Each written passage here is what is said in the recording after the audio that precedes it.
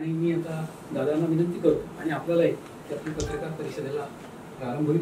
आज आमचे ज्येष्ठ सल्लागार संचालक परमपूज्य आदरणीय निळकंठराव गायकवाड सर आणि माझा छोटा मित्र बंधू महेश गोरडे कुतूल फाउंडेशन यांची उपस्थिती आपल्यात आहेत, जे नेहमी या सर्व कार्यामध्ये एलजीसीच्या कार्यामध्ये खूप मोलाची कामगिरी बजावतात। मी सरांना सुद्धा अभिवादन करून दादांना विनंती करतो की पत्रकार परिषदेला प्रारंभ करा। नमस्कार। खरं म्हटलं तर एसडीसीच्या संदर्भात प्रेस नोट आपल्याला दिलेलीच आहे आणि डॉक्टर एजाजनीने सांगितल्याप्रमाणे मागील 17 वर्षापासून आपण ज्या ध्येयाने आणि उद्देशाने एसडीसी संस्था चालवतो आहोत ते आपण सगळे मागील 17 वर्षापासून त्याला बघताय।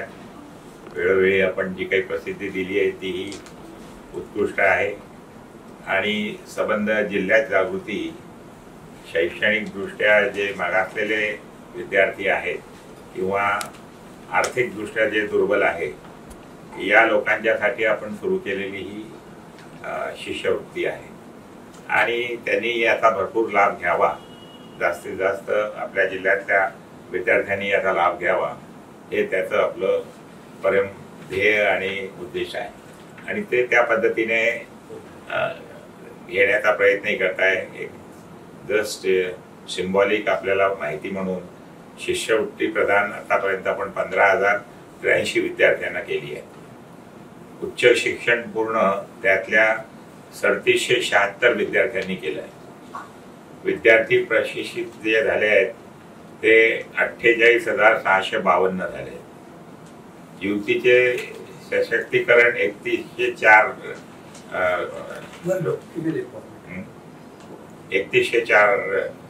लोक यांचं झालेलं आहे।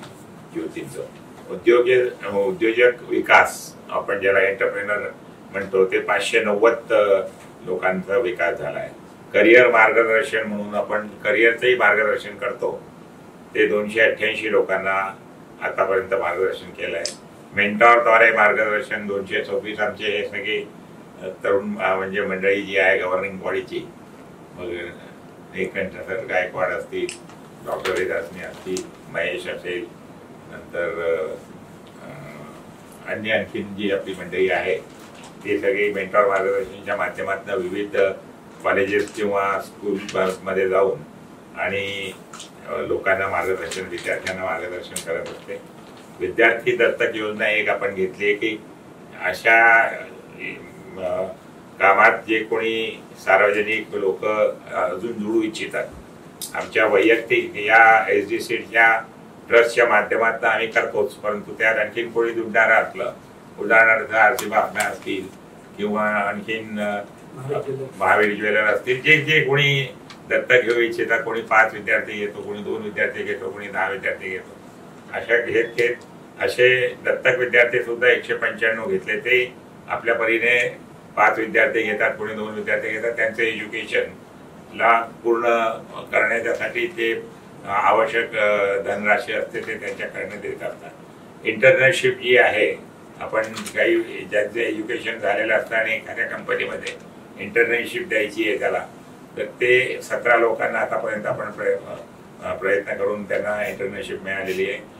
MOU 138 फर्मशी केलेला आहे, म्हणजे ह्या विद्यार्थ्यांना कन्सेशन असेल, बँकेच्या माध्यमातून त्यांना लोन मिळवण्याच्या संदर्भातला प्रयत्न असेल, असे वेगवेगळ्या ज्या संस्था आहेत त्या संस्थेच्या माध्यमातून आपण त्यांना सहकार्य करून आणि त्यातनं कन्सेशनच्या माध्यमातून त्यांना एज्युकेशन इन इफेक्ट सगळ्यांना एज्युकेशन मध्ये फुल नाही फुलाची पाकळी त्याला मदत व्हावी।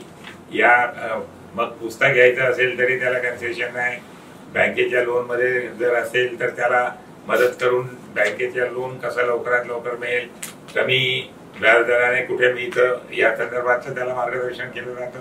असं सगळं चांगलं काम आणि सोशल काम ज्याला आपण म्हणतो असं काम या संस्थेच्या माध्यमातून आपण अनेक वर्षापासून करतो आणि तेच काम आता आपण या 24 तारखेला या वर्षाची जी काही शिष्यवृत्ती आहे, जसं मगाशी सांगितल्याप्रमाणे डॉक्टर मंथा वेल नोन पर्सनॅलिटी आहे, जे AICTचे माजी अध्यक्ष राहिले, आपले भूमिपुत्र जे आहेत दीपक चौधरी, स्पेक्ट्रम कंपनी ज्यांनी शून्यातनं विश्व निर्माण केलं, असं एक आपल्या जळगावचा भूमिपुत्र आज जवळपास 3,000 करोड रुपयाचं करणारी अशी ती संस्था, ते ही आपलं झिरोतनं विश्व कसं निर्माण करायचं जिद्द असली आणि आपली पराकाष्ठा असली तर आपण कसं अचीव करू शकतो ध्येय धोरण, हे त्यांनी आपल्या कर्तृत्वाने सिद्ध करून दाखवले. असे त्यांचे स्वतःचे अनुभव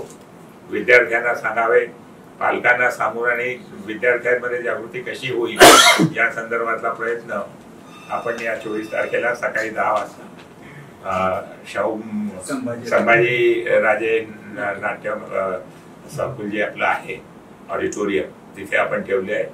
आणि आपल्या सगळ्यांना या माध्यमातून, प्रेसच्या माध्यमातून आपण आवाहन करतो आहोत की जास्तीत जास्त संख्येने त्या कार्यक्रमाला उपस्थित राहून आणि मुलांचा उत्साह वाढवणं आणि या कार्यक्रमाला हातभार लावण्याच्यासाठी जास्त प्रसिद्धी द्यावी, ही अपेक्षा आजच्या या प्रेसच्या आणि आपल्याला बोलवण्याच्या माध्यमातून आहे.